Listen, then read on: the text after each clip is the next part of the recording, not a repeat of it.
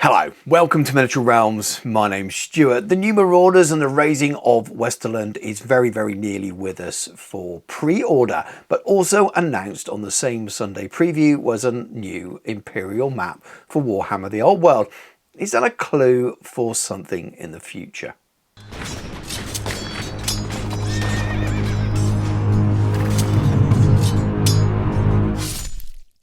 Miniature Realms is proudly sponsored by Counter-Attack Bases. They stock a wide range of counters, gaming aids and movement trays for multiple game systems and offer custom items to suit your club, your event or even your podcast or YouTube channel. Check out the link in the video description. I picked up the original map for Warhammer the Old World, lovely folding OS style map at Warhammer World on the launch day of Warhammer the Old World way back 2 Januaries ago, and it's pretty cool, a nice thing to own.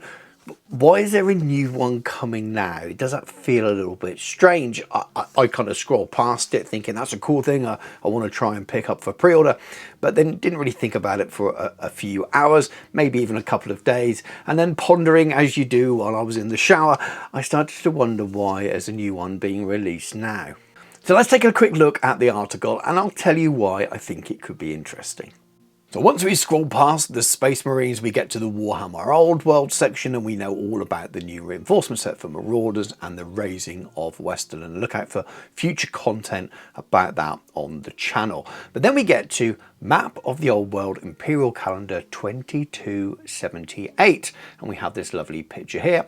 The Old World is the setting of this grand game of fantasy battles, and you can pore over every intricacy of its geography and discover the borders of every faction with this new map, updated for the Imperial Calendar 2278. It features new locations revealed in various arcane journals and showcases more of the North, home of those who worship the dark gods. This map is printed on heavyweight poster paper and unfolds to 100mm blah blah blah.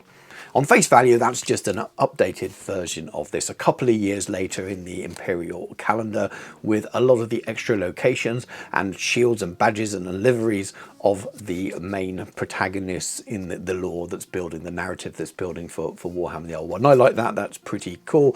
The map hasn't expanded, we've not got a map of Cathay or anything like that yet, and I check online a lot as well to see what's been added, and people are always on map watch, it seems, noticing things change. There was something in the groups the other day about a change of a river and a new set of mountains that have appeared. All cool, interesting stuff. Shows are still working on it and we've got more things to look forward to in the future. That's all pretty straightforward stuff, so why am I talking about it today? Well, it's got me wondering, if this was the start of the cycle, is this map signifying the end of a cycle? Now, I'm not saying we are about to get second edition. I don't think that's going to happen next year, and if it does, maybe it'll be towards the end of the year.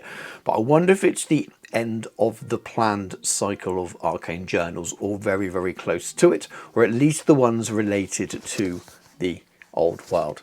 We've had Cathay teased. We know that there's a new arcane journal coming for that as well. So with that in mind, that's not included on this map. But does that mean that in terms of all the factions that have been released and all the narratives that have been told, that's it now for this edition for the time being? Otherwise, why bring this map now? Now, there are many arguments around that. This could have been the original planned end of that arc as the maps filled out, and maybe now the game's done so well there are more extra arcane journals on the way. It may well be that even though there's more stuff on the way, there's nothing more that really needs to go on the map. The map is full enough and it's something fun that they can sell at this time of the year. Let's face it, it's building up to Christmas. People are asking for gifts and it's, I imagine, going to be affordable enough price that they can send a link to their loved ones. It's also probably going to sell out in about 5 minutes flat, but there's many marketing reasons why this might be a nothing burger. There might be nothing in it whatsoever, and I'm genuinely not sure,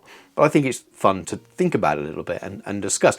Have we got to the end of all the planned arcane journals from when they launched the game? Is this it now, and this is why this map is finished and ready? Are we moving into new territory now? Now, of course, things could still be planned afterwards for this cycle and could still come. There's Kislev is the elephant in the room, and they are on the map. Maybe not in super amount of detail, but there's quite a lot of Kislev elements, cities, family crests, liveries, whatever you want to call it, badges on that map anyway. So it could still stand up to a Kislev release and not be immediately out of date. So maybe the map is just finished in that perspective, as I've already alluded to. There's always lots of talk about the legacy factions, and we knew that they weren't planned in that first cycle. We had that limited number of factions on release, and we had the legacies. So maybe now, if there are plans to bring any of those back, and I'm still hoping, I'm still not confident that they are going to come back, but I am hoping that would require a new stage in the development of the game. And again, this map just nicely finishes off that first planned stage of development within the old world area. And that's it, really. I just wanted to make a note of something that occurred to me when I was in the shower and something I was thinking about, and get talking about it in the comments. And there may already be other people who have commented online, or I've made videos about it as well. And my apologies, I haven't seen those. I've been a little bit busy recently and haven't been in all of the forums and groups and things as much. I know there's already some discussion about longer term leaks around some of the factions being combined together and slimmed down, which people are getting a little bit concerned about the game basically moving towards the newer factions. So like Cathay, newer plastic releases, and some of the older armies being slimmed down and combined together.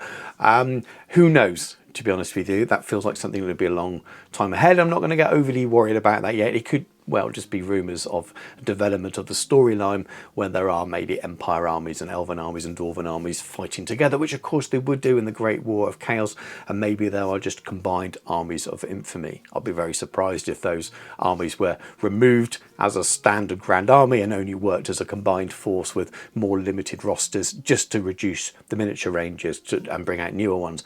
I also can understand it from a business point of view. You've got really unbalanced factions with an unbalanced number of units versus the next army. They're not very balanced overall, and lots of old miniatures that will need replacing, especially metal ones. So from a marketing and business point of view, something probably does need to be done in the future, but it feels like that they won't just banish those things from the game. But anyway, that's probably a completely different video, and it's a rumour, and I'm definitely not worrying about a rumour that feels like it's a long, long way in advance as yet. But I do want to hear about what you think about this. It feels to me like we are very close to the end of the narrative cycle for this edition of the game around the old world. Still wonder if we might see something with Bretonnians and Orcs. We know that Luong Orc Slayer is off fighting Orcs, and that's why he couldn't fight Setcher. That would be a shame if that story wasn't told, but I can't see why that story couldn't be told and the map not already include all the things we need on there for that anyway. So maybe that's something we will see in the new year after Cathay, before Cathay, who knows. But that's exciting too. But other than that, it feels like all of those initial wars are kind of set up and the map feels ready for that. And then maybe we'll move on to the next stage of the story where the war really picks up pace, and that's where we'll see changes and maybe another map's needed. But I'll let you go, and I'll repeat my call to please let me know what you think in the comments. Am I going crazy? Probably. Or does this signify some kind of end of cycle? If you've enjoyed the video, this short rambly video, give it a like, do that comment thing, and also subscribe to the channel if you haven't already done so. Loads of old world stuff, lots more coming very, very soon as well, I think you'll all be interested in. If you'd like to support me and the channel, please do check out all the links in the video description. Check out my Patreon. It's the very best way of supporting me. And thank you to all my existing patrons. Check out the channel sponsor, Counterattack Bases, and loads of other affiliate links as well, including one for Warhammer merch if you want some t-shirts and things like that. But thank you very much for watching. Take care. I'll catch you soon.